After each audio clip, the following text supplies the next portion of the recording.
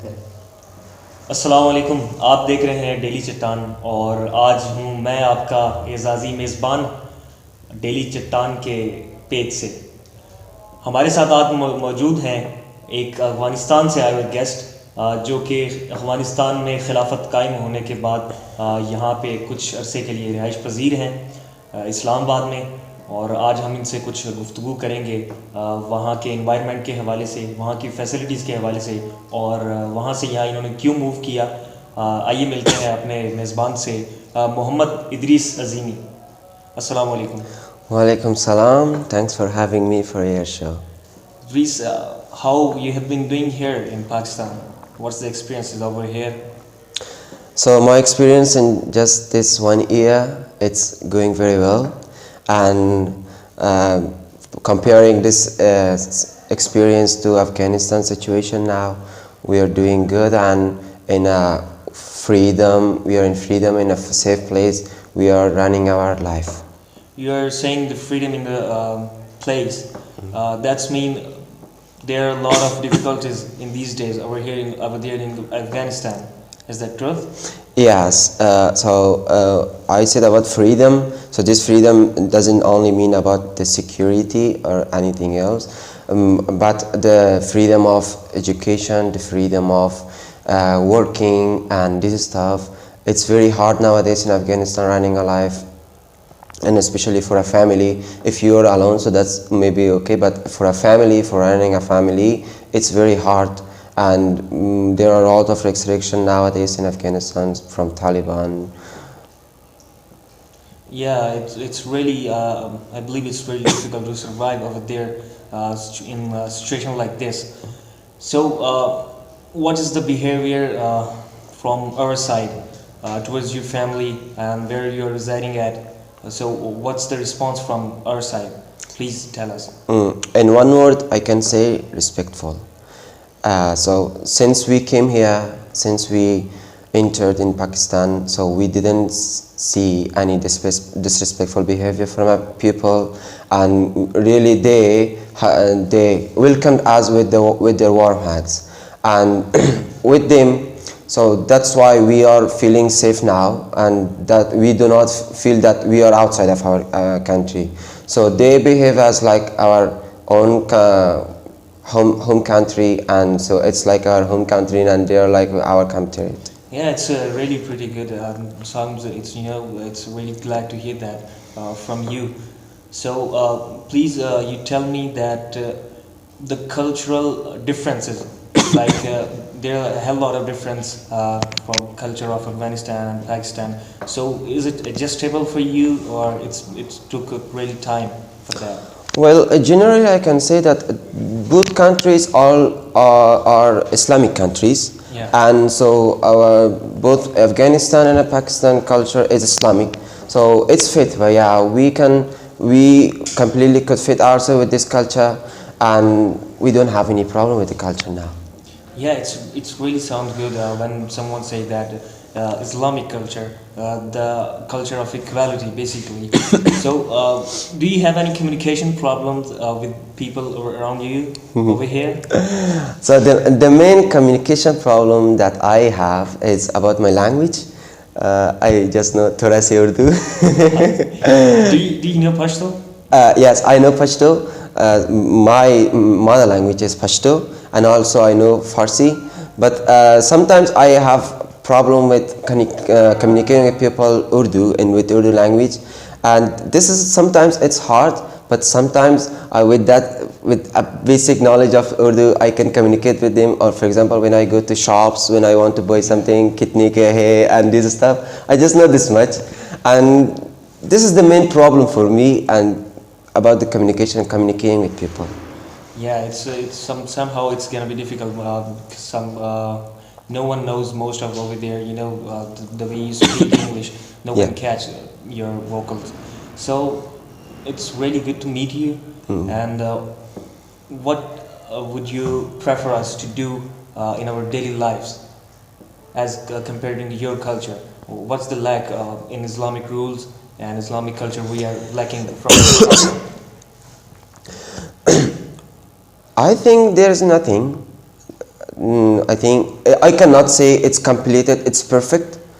No country is perfect according to, I cannot say they go accordingly to the Islam rules, but I don't see majority is good. Just there are just some a few problems that I see, but maybe I can sometimes feel, but I cannot say not doing the proper hijab like that.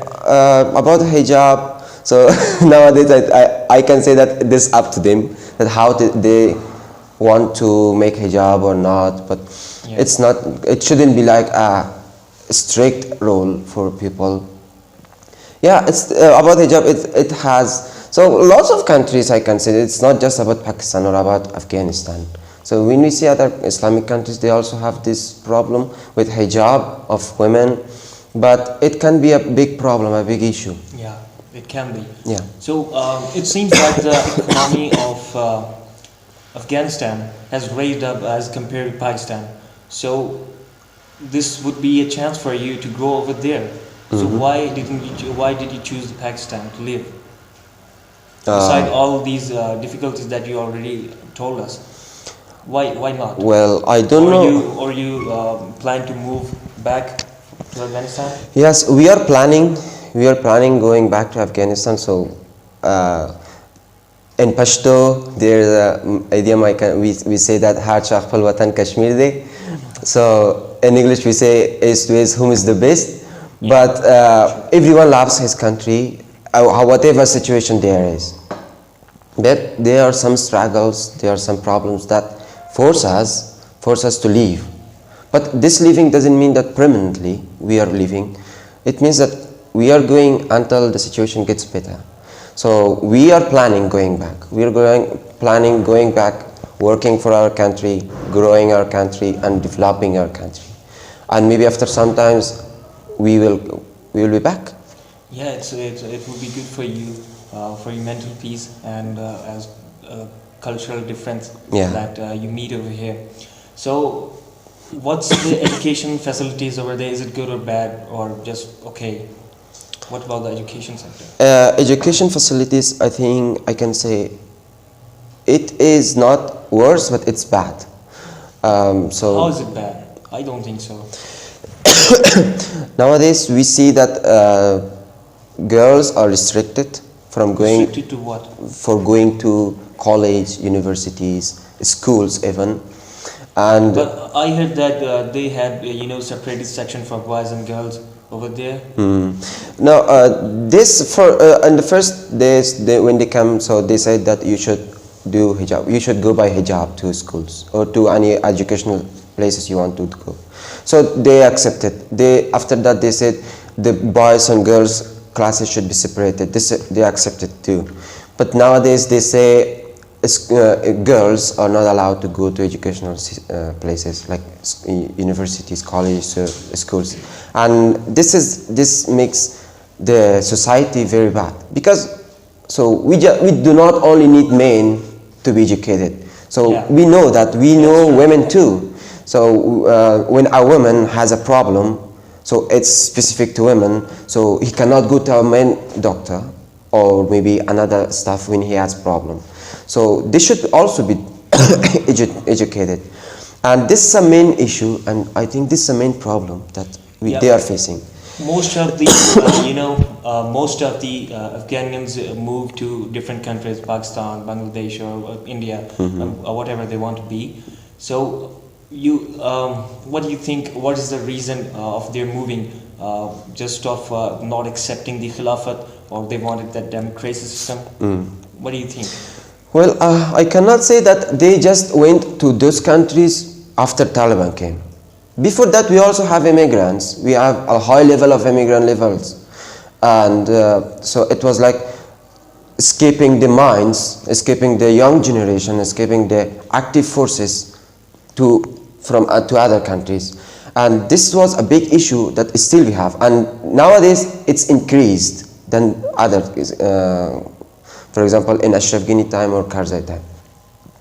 So the reason is, so everyone wants education, everyone wants work, everyone wants to be by side of his family, to be someone who solve a problem for his family, be someone who helps his family, be someone who supports. But when they see that when I am in this country and when I am a citizen of this country and these facilities are not available for me, so they had to go.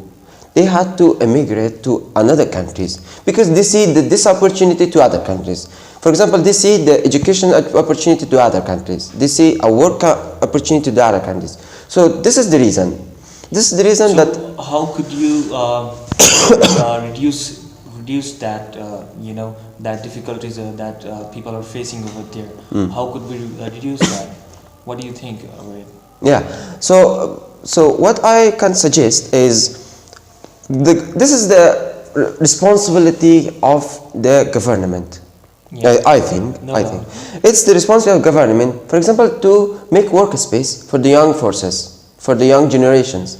It's the responsibility of the government to make the education facility for the people. If we have more literate people, we will have more developed society. We will have developed society and developed country. So there will be no one going other cities. So even we can attract other people from other countries to come in our country, either they work or either they get educated. So nice to meet you, Mr. Idris Azimi. आप सब लोगों ने सुना, उम्मीद है आप लोग सब लोगों को इनका जो मकसद था, जो इन्होंने बातें बयान की हैं, वो आपको समझ आ गई होंगी. हमारे यहाँ पे और भी इसी तरह के इमिग्रेंट्स आते हैं मुख्तलिफ़ मुल्कों से, ख़ास तौर पे जो इस्लामिक भाई हैं हमारे, तो उनको आप सपोर्ट करें, उनके साथ अपना बिहेवियर अच्छा रखें ताकि एक प्रॉस्पेरिटी का जो मैसेज है वो पूरी सोसाइटी में और इक्वालिटी का जो है वो आगे इस तरह बढ़ता चला जाए और हम एक दूसरे को ऊपर आने में मदद दें. आप देख रहे थे डेली चट्टान. आज के लिए इतना ही काफ़ी है. बहुत शुक्रिया. Thank you.